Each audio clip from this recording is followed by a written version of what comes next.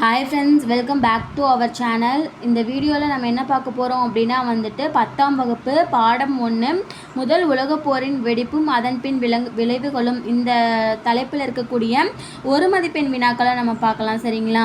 First பாருங்கள், சரியான விடையை தேர்வு செய்யவும். முதல் உலகப் போரின் இறுதியில் நிலைக்குலைந்து போன 3 பெரும் பேரரசுகள் யாவைன்னு கேட்டிருக்காங்க. இதற்கு விடை ஜெர்மனி, ஆஸ்திரிய ஹங்கேரி, உதுமானியர். அடுத்த கேள்வி பாருங்க, 19ஆம் நூற்றாண்டு முடிவடையும் தருவாயில் கிழக்கு ஆசியாவில் உதயமான வலிமை வாய்ந்த நாடு எதுன்னு கேட்குறாங்க. விடை ஜப்பான். ஏகாதிபத்தியம் முதலாளித்துவத்தின் உச்சகட்டம் என கூறியவர் யார் அப்படின்னா லெனின். மான் 4 எதற்காக நினைவு கூறப்படுகிறது அப்படின்னு கேட்குறாங்க. பதுங்கு குளிப்போர் முறை. அடுத்தது பாருங்க, பன்னாட்டு சங்கத்தின் முதல் பொதுச் செயலாளர் எந்த நாட்டை சார்ந்தவர்னு கேட்குறாங்க. பிரிட்டன்.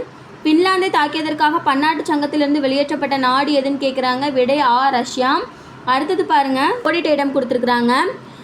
டேஸாம் ஆண்டில் ஜப்பான் சீனாவுடன் வலுக்கட்டாயமாக போரிட்டதுன்னு கேட்குறாங்க. விடை 1894. 1913ஆம் ஆண்டு மே மாதம் கையெழுத்திடப்பட்ட டேஸ் உடன்படிக்கையின்படி அல்பேனியா என்னும் புதிய நாடு உருவாக்கப்பட்டது அப்படின்னு சொல்கிறாங்க. லண்டன் உடன்படிக்கை. அடுத்த கேள்வி பாருங்க, டேஸ் ஆண்டில் ஜப்பான் இங்கிலாந்துடன் நட்பிணை ஒப்பந்தம் செய்து கொண்டதுங்கிறாங்க. 1908. பால்கனில் டேஸ் நாடு பல்வகை இன மக்களை கொண்டிருந்தது அப்படிங்கிறாங்க. மாசிடோனியா. டானன்பர்க் போரில் டேஸ் பேரிழப்புகளுக்கு உள்ளானது. ரஷ்யா. பாரிஸ் அமைதி மாநாட்டில் பிரதிநிதியாக பங்கேற்ற பிரான்சின் பிரதமர் யார் அப்படின்னா கிளமென்சோ. அடுத்த கேள்வி பாருங்கள், டேஸாம் ஆண்டில் லொக்கர்னோ உடன்படிக்கை கையெழுத்திடப்பட்டதுன்னு கேட்குறாங்க. 1925. அடுத்த கேள்வி பாருங்கள் ஃப்ரெண்ட்ஸ், சரியான கூற்றை தேர்ந்தெடுக்கும்னு கேட்டிருக்காங்க. ஃபஸ்ட்டு பாருங்கள், துருக்கிய பேரரசு பால்கனின் துருக்கியர் அல்லாத பல இன மக்களை கொண்டிருந்தது. துருக்கி மைய நாடுகள் பக்கம் நின்று போரிட்டது. பிரிட்டன் துருக்கியை தாக்கி கான்ஸ்டாண்டினோபிளை கைப்பற்றியது. சுயஸ் கால்வாயை தாக்கி துருக்கி மேற்கொண்ட முயற்சி முறியடிக்கப்பட்டது.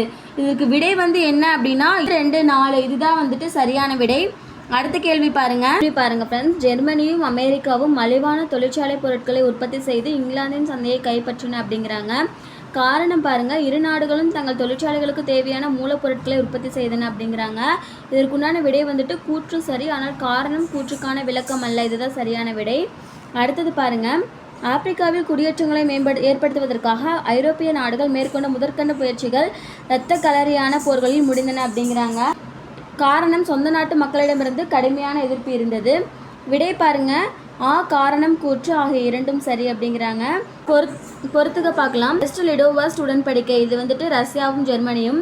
ஜிங்கோயிசம் இங்கிலாந்து. கமால் பாஷா துருக்கி. எம்டன் சென்னை. கண்ணாடி மாளிகை வெர்சைல்ஸ். இந்த வீடியோ அவ்வளோதான் ஃப்ரெண்ட்ஸ். உங்களுக்கு வேறு எந்த தலைப்பில் இருந்து உங்களுக்கு ஆன்சர் வேணும் அப்படின்னாலும் கண்டிப்பாக எனக்கு கமெண்ட் செக்ஷனில் கமெண்ட் பண்ணுங்கள். இந்த வீடியோ பிடிச்சிருந்துச்சு அப்படின்னா சப்ஸ்கிரைப் பண்ணுங்கள். ரொம்ப பிடிச்சிருந்துச்சு அப்படின்னா ஃப்ரெண்ட்ஸ் அண்ட் ஃபேமிலிக்கும் ஷேர் பண்ணுங்கள். தேங்க்ஸ் ஃப்ரெண்ட்ஸ், தேங்க்ஸ் ஃபார் வாட்சிங்.